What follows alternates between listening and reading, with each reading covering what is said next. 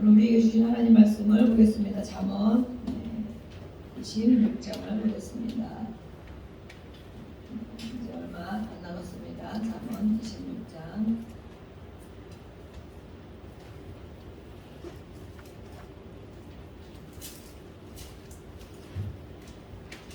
네, 26장에 우리 좀 나눠서 보면서 또 읽겠습니다. 1절부터 12절까지 읽겠습니다. 1절부터 12절까지 우리 한 절씩 보겠습니다. 1절 미련한 자에게는 영예가 적당하지 아니하니 마치 여름에 눈 오는 것과 추수 때에 비 오는 것 같으니라.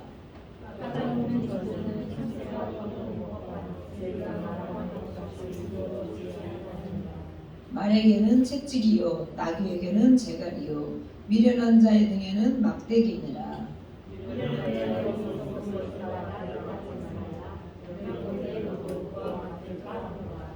미련한 자에게는 그의 어리석음을 따라 대답하라. 두렵건대 그가 스스로 지혜롭게 여길까 하노라.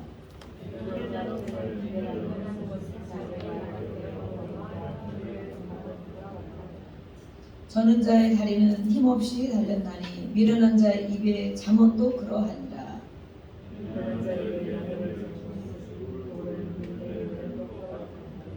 미련한 자의 입은 잠언은 술 취한 자가 손에 든 가시나무 같으니라.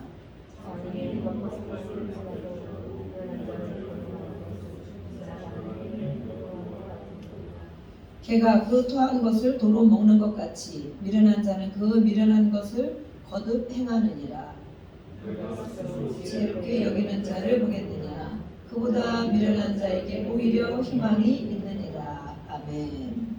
네, 할렐루야. 오늘도 하나님 우리와 함께 하심을 믿습니다. 아멘. 네, 오늘도 말씀 가운데 하나님의 자녀된 우리에게 그렇죠? 아버지께서 좋으신 아버지께서 모든 능력의 아버지께서 우리 각자에게 나에게 오늘 어떤 말씀을 주실까 기대하며 오늘 말씀을 듣고 읽고 또 마음에 새기고 거기서 끝나면 안 되겠죠. 우리가 변화되는 삶이 될 줄로 믿습니다. 아멘. 우리 인사 한번 나누셔야죠. 축복합니다. 축복합니다. 둘러보시고 축복합니다. 네. 저를 위해서 기도해 주세요. 이렇게 저를 위해서 기도해 주세요. 저를 위해서도 기도 많이 해주세요. 감당을 잘 해야 되니까 기도하실 때마다 교회와 또 이 목사님을 위해서 기도해 주시면 감사하겠습니다. 그래서 오늘 하나님께서 우리에게 말씀을 주시면 어떤 말씀 한 절, 어떤 자에게는 몇 가지, 어떤 자에게는 전체적인 흐름 이런 걸 통해서 우리는 하나님 말씀을 통해서 배우는 것도 물론 중요하지, 읽고 배우는 것도 중요하지만 하나님 아버지가 성경 말씀을 주실 때에 왜 주시느냐, 오늘은 잠언 말씀을 나에게 왜 주시느냐, 그렇죠? 무엇을 고치라. 잠언은 우리가 교훈을 받는 거죠. 주로 성경 말씀을 물론 교훈받고 때로는 책망도 받습니다.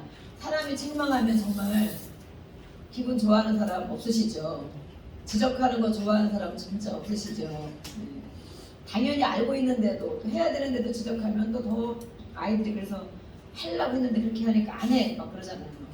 그렇게 안 하니까 지적을 하지. 우리는 그렇게 부모들한테 얘기를 하고 그러는데 그걸 안 하니까 얘기를 하지. 그런데 어쨌든 간에 하라고 그러면 더 안 하고 싶은 거예요. 우리에게는 정말 이 나쁜 것이 있어가지고 반항하는 마음이 있어요. 반항하는 마음. 그래서 정말 이렇게 하라고 하면 더 안 하고 그걸 사람이 하면 또 안 하게 되고 또 내가 좋아하는 사람이 얘기하면 그래도 좀 그런 척이라도 할 때도 내가 싫어하는 사람이 지적하면 진짜 니나 잘하세요. 그렇죠? 니나 잘하세요. 소크라테스가 너무나 생각나시죠. 그래서 그런데 이 하나님 말씀으로 그 우리가 교훈을 받는 것입니다. 얼마나 좋아요. 이제 하나님 말씀에 잘못된 게 없으니까 1.1핵도 잘못된 것이 없으시고 또 우리 하나님 사랑하는 자녀들에게 이렇게 해야 너희가 이 땅에서 잘 살 수 있다. 그래서 이들이 보면은 많은 사람들이 어려움을 많이 겪잖아요. 어려움을 겪고 반복, 오늘도 그런 말씀이 나옵니다. 거듭 실패를 반복하는 것, 실수를 반복하는 것, 당하는 것, 이런 것들이 우리 세상에 살아가면서 있다는 거예요. 그런데 잠언 말씀을 하루에 한 장만 읽어도 절대 우리 세상에서 당하는 것들을 많이 안 당할 수 있어요. 하나님 말씀 잠언에는 우리가 세상에 살아가는 처세술도 들어있잖아요. 문자 그대로도 우리가 받아들이면 좋은 말씀들이 분명히 많이 있고 그 이면에는 그렇지만 영적인 말씀들이 다 숨어있죠. 숨어있는 것을 알면 더 좋은 것이고 거기에 나에게 주는 말씀을 받는다면 더할 나위 없이 좋은 것이고 그래서 우리가 이 땅에 살면서 많은 사람들이 실패를 겪습니다. 작은 실패는 괜찮아요. 그렇죠? 5만 원, 10만 원 잃어버렸다. 그 다음에 그런데 또 날렸다.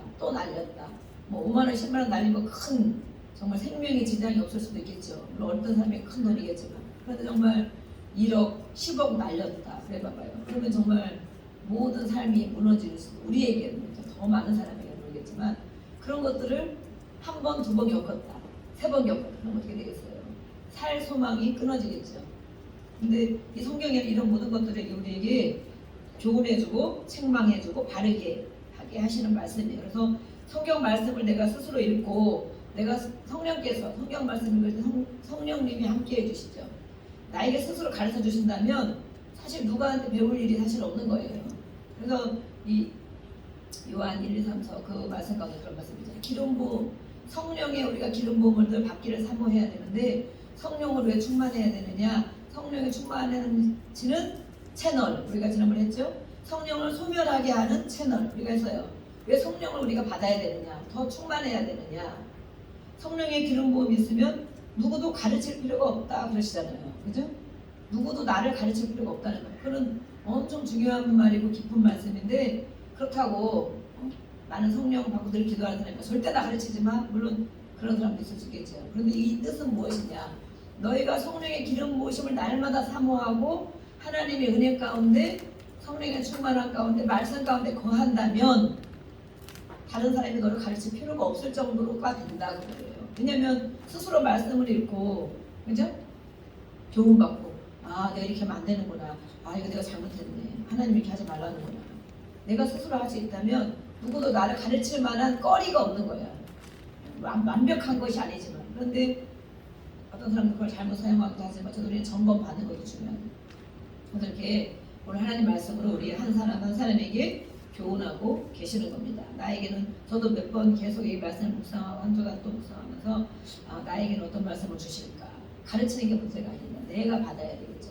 내가 은혜 받고 내가 또 교훈을 받아야 되겠고 우리 1절부터 12절까지 말씀을 읽으셨어요. 네. 이 뜻이 무엇이냐 어느 정도 적당히 풀어드리겠습니다. 다 하기에는 뭐 많은 것이고 그렇죠? 미련한 자에 대해서 말하고 있습니다. 그리고 제목을 오늘 보면 제목이 뭐로 되어 있습니까? 제목 같이 한번 읽어보겠습니다. 제목 빨간 글씨 시작. 세상에서 경계해야 할 자들. 우리가 이 땅에 살고 있는데 경계해야 할 자들이 있다는 거예요. 이웃을 사랑하라. 무조건 다 품고 다 받아들여서 될 일이 아니라는 거죠. 경계해야 될 자들이 무엇이냐. 첫 번째로 보니까 미련한 자들이 있다는 미련한 자들을 경계해라. 미련한 자들. 그럼 미련한 자가 누구이냐? 그리고 미련한 사람이 누구입니까? 우리가 알고 있는 이 세상적인 관점으로 보는 미련한 자. 아이고 아이고 저 미련한 거. 미련 곰탱이. 우리 오해가 또 곰탱이까지 붙여요.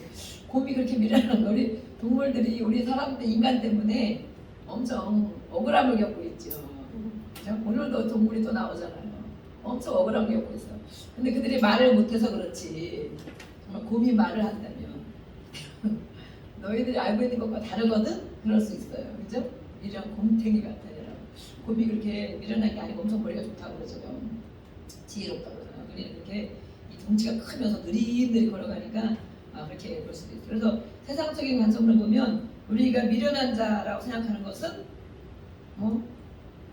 이 세상의 재리나 이런 상황 판단 이런 걸 잘 못하는 자라고 볼 수도 있어요. 그죠? 미련한 자. 잘 깨닫지 못하는 자. 말을 해도 말귀를 못 알아먹는 자. 그런 사람 미련하다고 볼 수 있겠죠? 지혜롭다고 안 하겠죠. 또 어떤 사람들은 재능이 없는 자. 아무것도 잘하는 게 없어. 아이고 저 아무것도 할 줄 아는 게 없어. 미련하다고 보겠죠. 또 어떤 사람은 공부를 못하는 사람도 미련하다고 볼 수 있겠죠. 왜냐면 맨날 꼴찌만 하는데 꼴찌도 한 3번째 하는데 야 쟤 엄청 지혜롭네? 이렇게 안 하잖아요. 그죠? 세상에서는 공부하는 거 보면 공부를 앞서가는 애들 보면 재능이 있는 것 같고 공부를 잘하는 이렇게 뭐 지혜로운 것처럼 다 판단을 하죠. 공부가 꼴찌하는데 그 친구가 달리기를 잘한다. 그럼 재능이 있는 거잖아요, 그죠? 그런데 사람들이 세상 평가로는 아유 미련하다 평가해. 공부를 못하기 때문에 그거 가지고 평가를 해.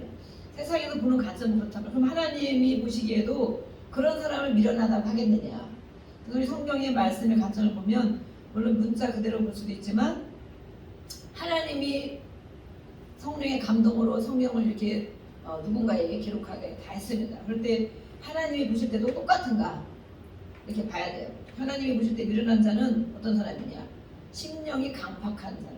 심령이 강팍하고 아무리 경고해도 하나님의 말씀으로 경고해도 삶 가운데 경고해도 깨닫지를 못하는 자. 또 회개하지 않는 자. 또 강팍한 거고 완악한 거죠. 완악하고 사악한 또 불신자를 가리킵니다. 불신자. 하나님의 자녀가 아닌 하나님의 자녀를 이렇게 끊임없이 우리에게 가르쳐주고 계시잖아요. 하나님의 자녀라고 오늘도 제가 기도했지만 하나님의 자녀가 아버지를 닮아가야 되죠. 하나님 아버지를. 그러면 끊임없이 우리가 성경을 읽고 또 기도해야 되고 또 분별할 줄 알아야 되고 지혜를 구해야 되고 지혜를 구하라고 그랬잖아요. 그럼 하나님의 자녀들은 끊임없이 가고 있는데 하나님을 모르는 자 서울대 수석으로 졸업했어요. 하나님을 모르는 자 하나님은 그런 사람을 미련한 자라고 한다는 거예요. 말이 안 되죠? 미련한 자라고 한다는 거예요. 아무리 지위가 높은 회장님, 사장님이라 할지라도 하나님을 모르는 자. 그 사람들에게 하나님은 너는 미련한 자다. 미련한 자야. 오늘도 미련한 자라고 많이 나왔어요. 그들에게 말하는 거예요. 그럼 또 우리도 하나님을 알고 있지만 성경을 알고 있지만 심령이 강팍해. 우리 지난번에 팔복에 대해서 배웠죠? 온유해야 돼. 하나님 말씀으로 다스림을 받아야 된다. 심령이 강팍하고 하나님이 어떤 삶을 통해 경고를 하시 우리에게 똑같은 일을 겪게 하고 잘못되는 길을 갈 때 마음이 불편하게 하고 평안이 깨지게 하고 그런 일을 또 겪고 또 겪고 또 겪는데 깨닫지를 못하는 자들 또 어떤 일을 통하여 하나님이 성경 말씀에서 죄라고 말씀해 놓은 게 죄 그런 것이 있어도 회개하지 않는 자들 그런 사람에게 하나님이 미련한 자야 그런단 말이에요. 오늘 그 말씀을 가지고 그걸 기억하면서 성경을 보는 거예요. 미련한 자, 세상이 말하는 미련한 자는 우리 기준으로 세상 판단으로 그럼 누구에게 그걸 할 거예요? 공부를 꼴찌 하는 사람은 미련하고 그 중에 세 번째 하는 사람은 미련한 게 아닌가? 그죠? 중학교 때는 꼴찌 했는데 그렇지 서인아 서인이는 1등이니까 중학교 때 어떤 애가 꼴찌 했는데 고등학교 가서 1등을 했어. 그러다가 미련하다가 지혜로운 자가 된 겁니까? 다르다는 거예요. 그래서 우리가 이렇게 하나님의 말씀하는 미련한 자는 어떤 사람인가? 그리고 1절에 나왔지 1절. 미련한 자에게 영예가 적당하지 않다. 딱 그렇게 선포하고 있어요. 영광, 영예, 영광 얘기하는 거죠. 높은 것. 미련한 자에게는 높은 것, 영광, 적당하지 않다. 그들에게는 그것은 무엇이냐면 여름에 눈 오는 것. 여름에 눈이 옵니까? 요즘에 정말 이상기온 때문에 여름에 막 우박이 내리기도 막 해요. 그래서 비 오면서 막 우박 내리고 막 싸늘해서 우박을 예전에 처음 딱 봤는데 진짜 막 얼음이 내리는 거 너무 신기하더라고요. 그리고 막 얼음이 같이 내리니까 조금 이렇게 싸늘한 기운이 있더라고. 얼음이 내리니까 처음 저는 한번 봤거든요. 몇 년 전에. 여름에 근데 눈이 온대. 여름에 눈이 오는 게 말이 안 되죠. 여름에 날씨 더운데 눈이 오면 어떻게 되겠어? 오면서 다 녹으니까 말이 안 되죠. 또 수수 때에 비가 오고 별을 벼야 되는데 조금 있으면 노랗게 돼서 별을 벼야 되는데 그날따라 막 비가 쏟아져. 그럼 어떻게 되겠어요? 정말 낭패를 당하겠죠. 미련한 자에게 이렇게 말씀하는 것이 무엇이냐? 말이 안 된다는 거예요. 그래서 그리고 이 미련한 자에게 영광이 주어지는 것은 여름에 눈 오는 것처럼 추수 때 비 오는 것처럼 헛일이다. 헛일, 헛된 일이다. 쓸모없는 일이다. 그렇지? 여름에 눈이 필요해요? 필요하잖아요. 여름에는 비가 필요한 거죠. 겨울에 눈이 필요하죠. 겨울에 그 눈이 와서 쌓여서 밭에, 흙에, 나무에 다 스며들잖아요. 그죠? 그래서 겨울에 눈도 많이 와야 풍년이다 이러잖아요. 그죠? 겨울에. 근데 여름에 눈 오는 건 쓸모가 없어요. 여름에는 비가 와야 돼. 비가. 그죠? 그 계곡에 물도 막 흘러야 되고 계곡에도 갔다 오고 놀다 오고 이렇게 하죠. 또 추수 때에는 비가 오면 안 되죠. 그래서 이런 모든 것들이 헛일인데 미련한 자가 이 높은 영광을 차지하고 높은 자리에 올라가고 이런 것은 정말 헛일이다. 아무짝에 쓸모가 없다 이렇게 말씀하고 있는 거예요. 그래서 우리는 지혜로운 자, 하나님이 보시기에 지혜로운 자들이 이렇게 높은 영광에 올라갈 때 그만한 역할을 감당한다는 거죠. 2절에 나서 까닭 없는 저주, 까닭이 없는 저주가 있다. 참새가 떠드는 것과 제비가 날아가는 것과 같이 이루어지지 아니하느니라. 참새와 제비가 등장을 했습니다. 까닭이 없는 저주는 무엇이냐? 이유 없이 저주하는 것. 이유 없는 저주의 말들. 그래서 우리가 이 다윗과 골리앗의 말이 있어. 골리앗이 다윗이 물맷돌을 가지고 왔을 때 어떻게 했어요? 야, 너 나를 강아지로 보느냐? 그러잖아요. 막대기를 가지고 돌멩이 개 가지고 감히 네가 나를 여기서 너는 정말 금방 어떻게 했어요? 너는 정말 아무것도 아닌 것처럼 그냥 무너질 것이다 쉽게 얘기했잖아요. 그 다윗이 올라왔을 때 골리앗을 상대로 그 골리앗의 이 저주의 말들이 있었다는 거예요. 그죠? 골리앗이 다윗을 보고 저주의 말들을 퍼부었지만 이스라엘 백성에게 저주의 말들을 퍼부었지만 그것이 임했느냐 그렇게 말하는 거예요. 그것이 임했느냐 임하지 않았죠. 아무짝에 쓸모없는 말이 돼버렸죠. 그래서 우리가 하는 말들 중에서 물론 축복의 말을 늘 해야 되지만 누구에게 저주의 말을 때로는 할 수도 있단 말이죠. 이렇게. 그런데 그 받는 사람에게 우리 하나님의 사람은 이 말에 권세가 있기 때문에 그래서 말을 잘 해야 돼요. 그죠? 축복의 말을 하면 축복이 흘러가고 저주의 말을 하면 저주의 말이 흘러간다 이렇게 하기 때문에 정말 조심해야 되고 정말 이렇게 꿀떡 한번 삼켜야 되고 한번 생각해야 되고 말해야 되는데 이 세상에서 하는 말들도 있다. 세상에서 하는 말 아니면 누가 화가 나서 막 퍼붓는 말 그죠? 그런 말들이 보면 다 저주의 말들이죠. 저주의 말. 그렇지만 그것이 임하느냐 임하지 않느냐 그것이 임하지 않는다 그런 거예요. 우리 하나님은 사람에게 임하지 않는다. 우리는 어떤 말을 들어도 해를 받지 아니하는 거죠. 어떤 독을 마실지라도 해를 받지 아니하는. 그래서 우리는 우리가 애들이 잘하는 거죠. 막 잔소리 막 엄마한테 잔소리 반사 이러잖아요. 제가 어느 날 이걸 제가 배웠어. 배워가지고 누가 막 하면 정말 열심히 오해를 할 사람들이 오해도 하고 그러잖아요. 오해 이렇게 한 게 아닌데 그렇게 보고 열심히 하고 있는데 막 그러면은 겉으로 반사하고 막 싸우는 속으로 나는 아니거든. 나는 안 받을 거거든. 나는 그것을 안 받을 거거든. 이렇게 반사하는 거야. 반사. 그것이 너에게 임해라. 너에게 임해라. 그 너를 누가 하는 말이다. 이렇게 말. 그래서 내가 어떤 말을 들어도 가려 받아야 되는 거. 아무리 어떤 이 저주의 말이 퍼붓는 사람이 있을지라도 내가 그래서 우리는 그걸 전신갑주라고 그러죠. 믿음의 방패 반사하는 거예요. 그래서 그런 까닭 없는 저주는 나에게 절대 임하지 않는다는 거예요. 아멘. 혹시 우리가 밖에서라도 어떤 학교에서라도 어떤 말을 들으면 우리 이 말씀을 기억하기 바랍니다. 까닭 없는 나는 그렇지 않은데 저는 그런 말을 퍼부어 반사 나는 받지 않는다. 그 말이 골리앗 큰 정말 3m 가까이 되는 그 큰 골리앗이 그 어린 소년 다윗에게 저주의 말을 퍼부었고 이스라엘 백성이 저주의 말을 퍼부었지만 절대 응하지 않았다. 물론 우리 하나님의 사람은 조심해야 될 부분이 있지만 그렇다고 막 임하지 않을 거니까 막 퍼부어대면 우리는 안 되겠죠. 안 되겠어요. 근데 이렇게 참새가 떠드는 것과 참새와 제비가 무슨 계획을 세우고 어디를 늘 가냐 이거예요. 물론 제비는 강남 찾아가 따뜻한 지역을 찾아 나름대로 가는 게 있지만 그 참새와 제비들이 날아다니는데 야 오늘은 가족 회의를 해가지고 오늘은 막 형제끼리 회의를 해서 야 내일은 있잖아 자기 가면 거기 가면 먹을 게 있을지도 몰라 내일은 다 모여가지고 불당동으로 간다 이러고 날아가고 그렇죠? 그렇게 안 한다는 거야. 그냥 떠돌아다니는 거야. 떠돌아다니는 거야. 다니면서 또 때로는 피곤하면 내려 앉아있기도 하다가 먹을 게 있으면 배고프면 먹기도 하다가 그래서 이렇게 근거 없는 까닭 없는 이런 것들 저주의 말들 예전에는 또 이렇게 이 잡신 우상숭배가 이 시대에 많았기 때문에 이 주술적인 말들이 많았어요.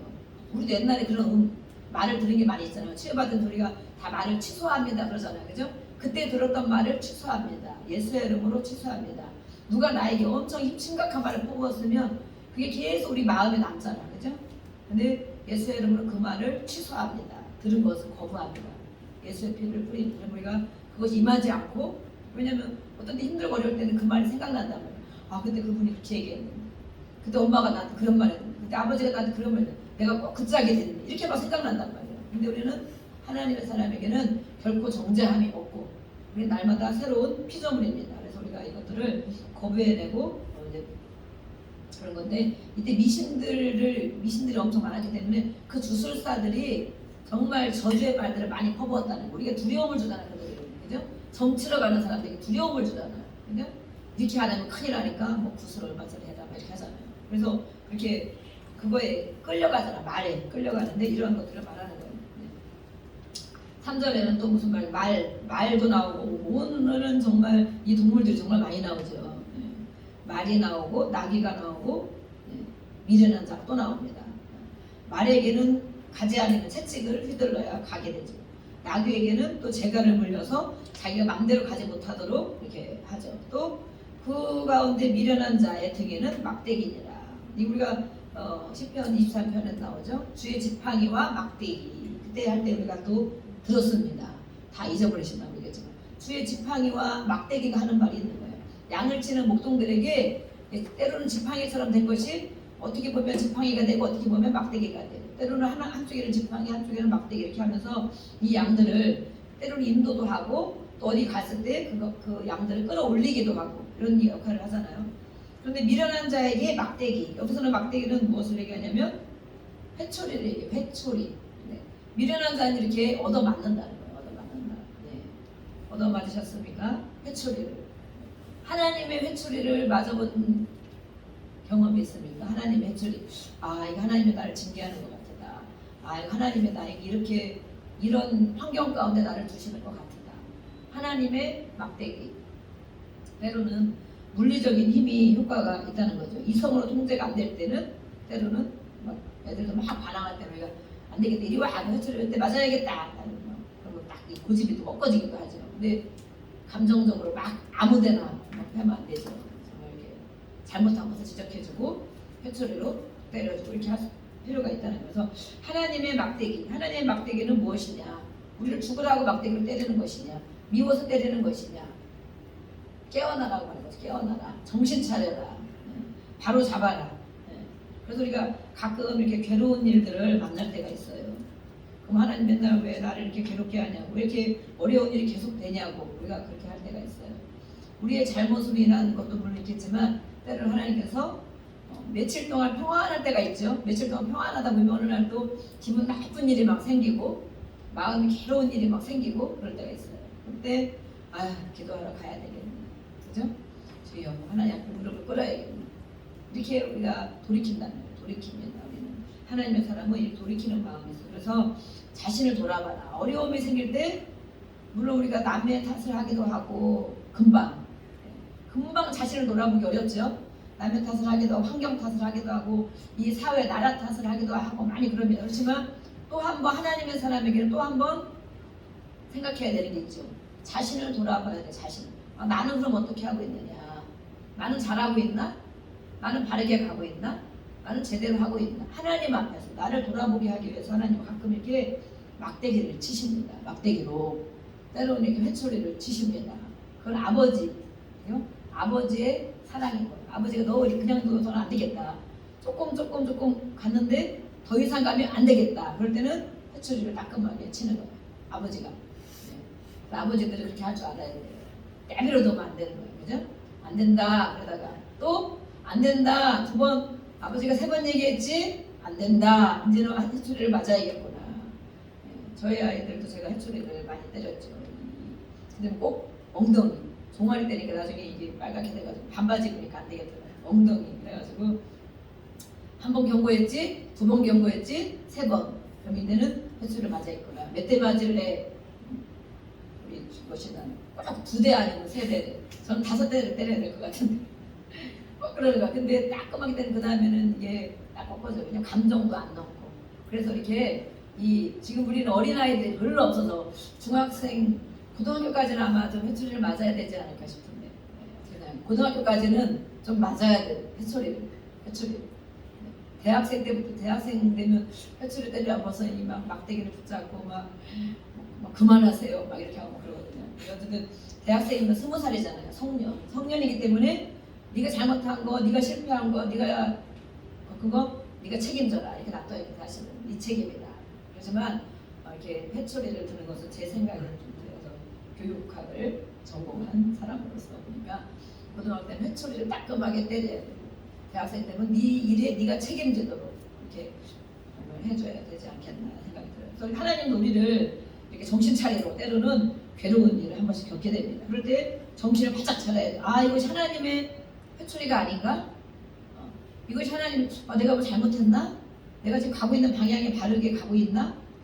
혹시 자신을 돌아보고 하나님 앞에 이렇게 기도해봐야 된다는 것입니다. 또 미련한 자 계속 얘기하고 있죠. 12절까지 계속 미련한 자에 대해서 얘기하고 있습니다. 미련한 자 오히려 4절 5절에 보면 조금 이렇게 난해한 단어들이 있어요. 어떤 게 있느냐? 미련한 자의 어리석은 것을 따라 대답하지 말라. 그렇죠? 미련한 자가 말할 때 그 사람에게 말대답해서 해주지 말아라. 이렇게 했죠? 왜 그러냐면 너도 그와 같을까 하노라. 그래 또 6절에는 5절에는 뭐라고 되어 있어요? 미련한 자에게는 그의 어리석음을 따라 대답하라. 이거 뭐야 하나님이? 어떨 때 대답하라고 했다가 어떨 때 하지 말라고 했다가 이거 무슨 일이냐? 이것은 또 왜 그러냐? 그가 스스로 지혜롭게 여길까 하노라. 이렇게 말씀하고 있어요. 이 뜻을 우리가 또 알아야 됩니다. 어리석은 미련한 자에 따라 대답하지 말라는 것은 이 일상적인 얘기를 말하고 있어요. 일상적인 얘기를 말하고 있는데 그가 어리석은 자가 말하는 것을 맞다고 대답해주고 같이 대화를 하고 같이 하다 보면 너도 똑같이 미련한 자가 된다. 그러면 같이 같은 부류가 돼버린다. 그래서 그들이 질문할 때 때로는 그들이 이렇게 어리석은 말을 할 때 그거에 너무 상대를 해주지 말아라. 미련한 자, 아까 미련한 자가 누구라 그랬어요? 하나님을 믿지 않는 자, 마음이 강팍한 자, 또 회개하지 않는 자. 이런 자들에게 너가 계속 그 말에 옳다고 대답해주고 그 말에 상대를 해주면 너도 그와 똑같은 사람이다. 죄에 동조하는 자, 그죠? 회개하지 않는, 완악한 것에 동조하는 자, 이렇게 된다는 거예요. 불신자와 똑같은 말을 하면서 똑같이 그래 맞아, 그게 물론 맞는 말도 있겠지. 하지만 어떤 말이든지 같이 나눌 때 그렇게 하기 때문에 너도 그와 같은 자가 되지 말라는 말씀이 있죠. 같은 사람이 된다. 또 5절에는 미련한 자에게 그 어리석음 따라 대답을 이제 해줘야 될 때가 있다는 거예요. 그들에게 대답할 말을 해줘야 될 때가 필요하다는 거예요. 그것은 왜 그러느냐? 그들이 스스로 지혜롭게 여길까 하보다 자기들이 잘못하고 모르는데도 내가 그들에게 따끔한 말을 해주면, 바른 말을 해주면 그들이 자기를 지혜롭게 여기지 않고 내가 이거 잘못됐나 보다 깨우치라는 거예요. 깨우쳐. 그리고 상대방을 깨우치는 답변을 하라는 말이에요. 때로는 우리가 분별을 해야 된다. 어떤 사람에게 이런 말을 해줘야 될까? 어떤 사람에게 하지 말아야 될까? 어떤 사람은 얼만큼까지 얘기해줘야 될까? 어떤 사람에게 그냥 내버려 둬야 될까? 어떤 사람에게 따끔하게 그것을 지적해줘서 정말 깨우치게 해줘야 될까? 그래서 이 신앙의 본질에 대한 문제들, 미련한 하나님을 모르는 자들이 그렇게 세상 얘기를 다 얘기하고 그것이 옳다고 했을 때 우리는 따끔하게 얘기해 줄 거 뭐예요? 세상은 그렇지만 하나님은 그렇지 않아. 그죠? 그것이 다 옳은 것이 아니야. 하나님 말씀 이런 것을 우리가 또 얘기해 줄 필요도 있다는 거예요. 죄를 가볍게 여기고 책망을 듣지 않는 이런 자, 그런 자들에게는 또 대답할 말을 해줘라. 때로는 이것을 우리가 분별하라는 거야. 분별. 누구에게 말을 모든 사람에게 세상 사람에게 그냥 내버려두면 그들이 절대 돌이키지 못하잖아요. 그죠? 우리가 진리를 말해줘야 되겠지. 또 자기가 지혜롭게 여기는 자에게 내버려두면 계속 자기가 지혜로운 줄 알겠지. 그죠? 그런 자에게 또 할 말을 해주라는 것입니다. 계속 그 뒤에는 이렇게 비슷한 말씀들이 이렇게 있어요. 미련한 자 이후에 미련한 자가 말하는 그런 말은 술 취한 자가 손에 든 가시나무와 같다. 그죠? 술 취한 자가 다니는 것도 어려운데 무슨 짓을 할지 모르는데 거기에 가시나무를 들고 있으면 어떤 위험이 있겠느냐. 그래서 우리는 이렇게 우리가 미련한 자가 되면 먼저는 안 되겠죠. 하나님을 섬기고 말씀 가운데 교훈을 받고 회개할 줄 알고 마음을 잘 절제할 수 있는 그런 사람이 지혜로운 사람이죠. 지혜자이신 우리 또 예수님 앞에 우리가 살아가는 것. 그런데 그렇지 않은 자들에게 이렇게 하는 말들 이런 것들 우리가 분별하라고 말하고 있어요.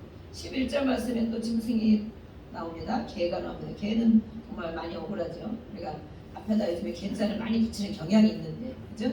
왜 개자라고 다 붙이는지 정말 개가 할 말이 있다면 얼마나 억울할까 모르겠어요.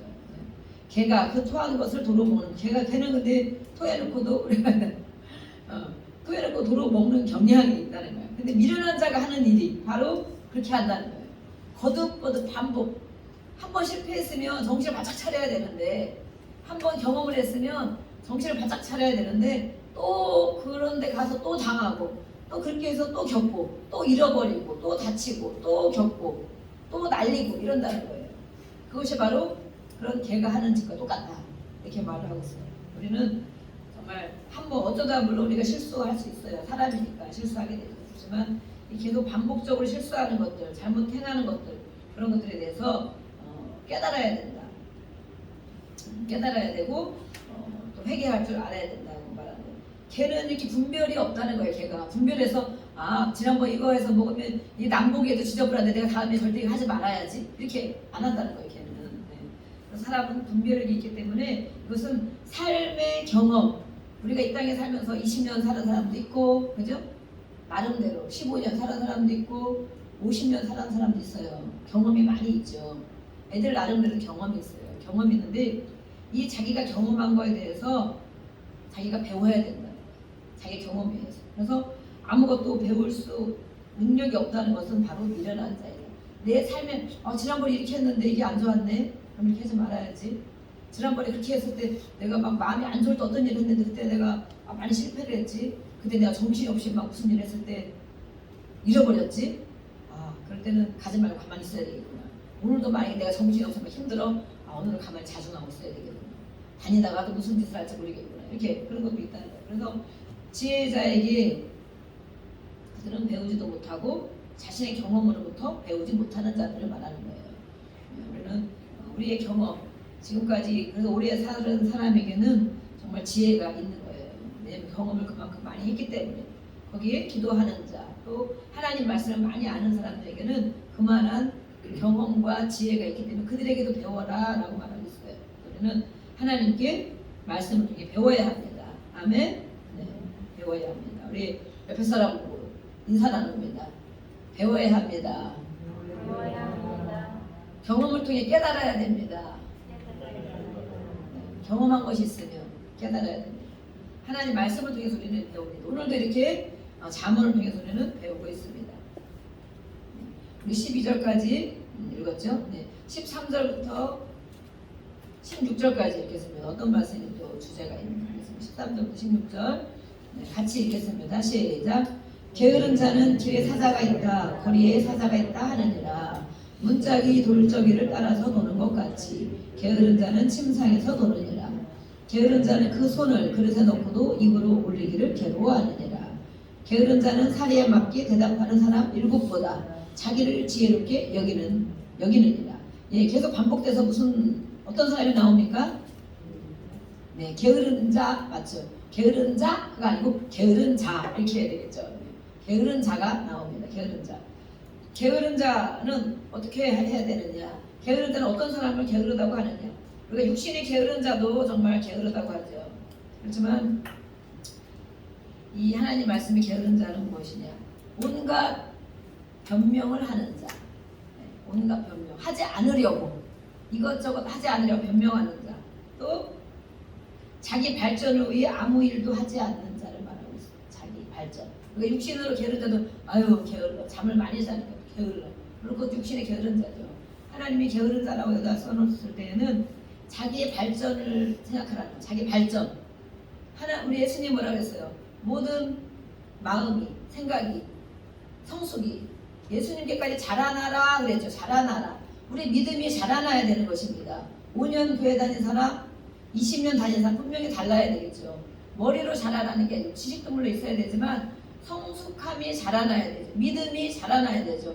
30년, 20년 교회 다니고 나는 믿음이 없어요. 저분이 얼마 안 되는데 믿음이 좋네. 이렇게 하면 되겠어요? 안 되겠어요? 안 되는 거죠. 자라나지 않아요. 자라나지 않은 것을 게으름이라고. 자기 발전을 위해서 자라나야 된다. 그래서 이 아무 소망이 없는 자들, 우리는 소망이 있습니까? 아이들만 소망을 가져야 됩니까? 아이들만 목표가 있고 자기 개발에 그런 열심히 배우고 공부해야 됩니까? 아이들만? 몇 살까지 공부를 해야 될까요? 그러면 몇 살까지 자기 발전을 해야 될까요? 요즘에 죽을 때까지 우리는 배워야 된다. 신문에 가끔 나오고 방송에 나오는 거 보면 몇 세? 70세도 넘은 70세, 80세 막 이런 분인데 대학원에 진학해가지고 막 방송으로 막 공부하고 해가지고 독학해가지고 대학원에 진학해서 박사학위를 논문을 쓰려고 하는 사람이 있어요. 너무 신기하죠? 80이 다 돼가지고 어떻게 저도 막 공부하는 게 정말 너무 어렵고 그러는데 이 몸이 안 따라주고 진짜로 몸이 안 따라주고 그 나이에 눈도 어둡고 지금도 우리가 눈이 어둡죠. 눈도 어둡고 몸도 어렵고 매번 들어도 잊어버리고 이러는데 그런 사람들이 이 신문에 나오는 거예요. 석사, 박사 이렇게 도전하면서 공부를 하고 있대. 야 정말 대단하구나. 저런 사람 절대 치매 안 걸리겠구나. 정말 저 사람을 늘 갈고 닦는 이런 훈련을 하는구나. 그러는데 이렇게 자기 발전. 우리는 언제까지 자기 발전을 위해서 해야 되느냐. 우리는 모두가 자기 발전과 개발을 위해서 힘쓰고 애쓰는 자입니다. 오늘 이렇게 나와서 배우고 있기 때문에 그렇죠? 그래서 우리가 보람된 인생이 어떤 인생이냐? 자기 발전하는 사람, 자기 개발을 위해서 꿈을 꾸고 노력하는 사람. 이제 아무 낙이 없다. 내가 이 나이에 뭘 하겠어? 여기에 그럴 사람은 아무도 없으십니다. 보니까 그죠? 네, 70도 안 되셨고 80도 안 되셨고 그렇기 때문에 이렇게 끝없이 자기 개발을 위해서 노력하는 사람을 그런 게으른 자의 반대는 부지런한 자라고 말하겠죠. 그리고 또 한 가지는 무엇이냐? 구원의 초청에 응하지 않는 자. 우리가 전도하잖아요. 전도하는데 다른 사람이 뭐라고 전도하다 보면 아유 부지런해야 교회 가죠. 아유 저는 게을러서 교회 못 가요. 그러면서 교회 다니려면 부지런해야 되는 그거는 알더라. 근데 우리가 다 사실은 물어봅시다. 우리가 다 정말 부지런한 자입니까? 누가 아멘 하셨어요? 여러분 엄청 부지런하십니까? 대답을 못 하십니다. 엄청 부지런해서 교회 다니는 거예요. 그런 것도 아니죠. 많이 아닌 것도 많이 있어요. 왜냐하면 교회를 다니고 예배를 드리는 것은 그것을 중심으로 삼기 때문에 그죠? 설거지 못해도 아침에 설거지 못하거나도 예배 시간 다 되면 나와야 되잖아요. 그죠? 청소를 못해도 무슨 일 있으면 먼저 해야 될 일을 아는 거죠. 중요한 일을 아는 거죠. 갔다 와서 해야 될 일을 또 아는 거죠. 근데 세상 사람들은 그렇게 생각하지 않고 막 수시로 교회 왔다 갔다 하고 막 전도도 나가고 막 신방도 가야 되니까 부지런해야 다니는데 게을러서 못 다닌다 이렇게 하는 사람들이 있어요. 그래서 구원의 초청에 응하지 않는 자를 게으른 자라고 말해요. 우리가 예수 믿으세요. 우리가 지난번 전도 돌렸잖아요. 찬양 우리가 제가 유튜브 이렇게 올려놨습니다. 다 보셨죠? 다 보셨죠? 보신 줄로 믿습니다. 네.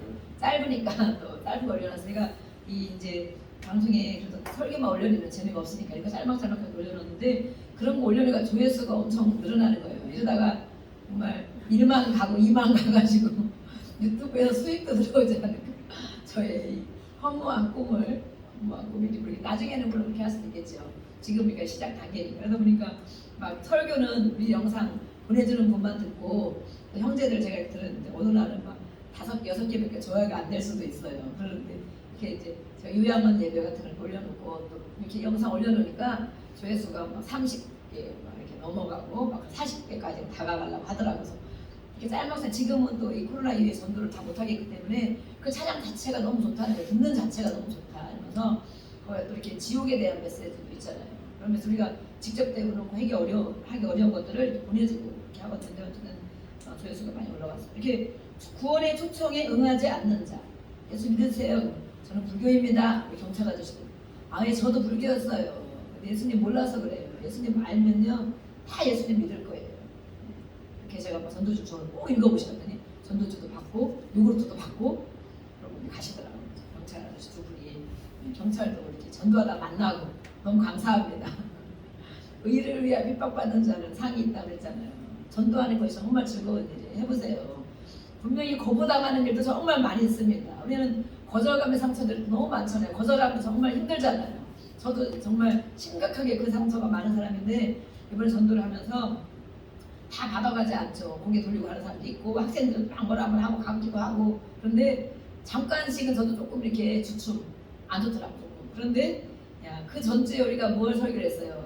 팔복의 설교를 하면서 의를 위하여 핍박을 받는다는 복이 있는 그 말씀을 전하고 저는 또 많이 이걸 이제 묵상을 했잖아요. 그리고 전도를 하니까 얼마나 즐거운 일인지 전사님 그렇죠. 너무 즐거운 일이었어요. 정말 예수님을 전하다가 이런 소리를 듣는 것이 정말 하나님 나라에 상이 쌓이는 것이구나. 하나님이 보고 계실 텐데 전도하면서 그런데 다 그것을 좋다고 받지 않는다. 어떤 사람들은 정말 기뻐서 나오는 사람들도 있고 구경하고 간다고 나오기도 하고 아기들도 막 안 가고 구경하고 가는데 노래 듣고 간대. 노래 그런 사람도 있고 그러는데 어떤 신고한 사람도 있고 그 경찰이 와갔죠.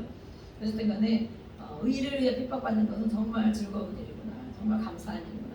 전도지 100장인데 100장이 다 나가고 조금 더 나갔거든요. 다음에는 우리가 200장을 해야겠구나. 200장.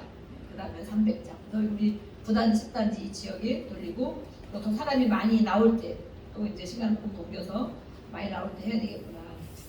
이렇게 이런 구원받을 자격이 없다는 거예요. 구원의 초청에 응하지 않기 때문에 예배에 나오시오, 예수 믿으시오, 기도하러 나오시오 우리가 늘 하는데 그것에 응하지 않는 자들은 바로 그것이 게으름이라고 하나님은 말씀하고 있는 거예요.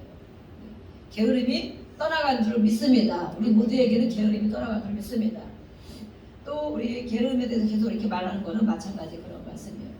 사자가 있어서 사자가 없는데 실제로 사자가 있을지도 몰라. 나는 안 나갈 거야. 이렇게 막 하고 있다는 거죠. 또 문짝이 돌저기를 따라 도는 이거는 우리 이 글씨가 너무 어렵죠.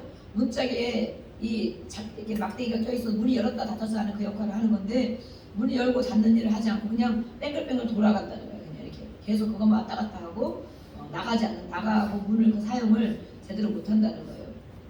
음식이 있어도 손에 올리기도 싫어하고 괴로워하고 17절부터 우리 또 읽겠습니다. 22절까지 어떤 주제가 있는지 17절부터 22절까지 같이 우리 한 목소리 읽겠습니다. 17절 시작. 길로 지나가다가 자기와 상관없는 다툼을 간섭하는 자는 개의 귀를 잡는 자와 같으니라. 횃불을 던지며 화살을 쏘아서 사람을 죽이는 미친 사람이 있나니 자기 이웃을 속이고 말하기를 내가 희롱하였노라 하는 자도 그러하니라. 나무가 닿으면 불이 꺼지고 말쟁이가 없어지면 다툼이 쉬느니라. 숯불 위에 숯을 더하는 것과 타는 불에 나무를 더하는 것 같이 다툼을 좋아하는 자는 시비를 일으키느니라. 남의 말 하기를 좋아하는 자의 말은 별식과 같아서 깊이 내려가느니라. 아멘. 네, 오늘 지금 읽은 이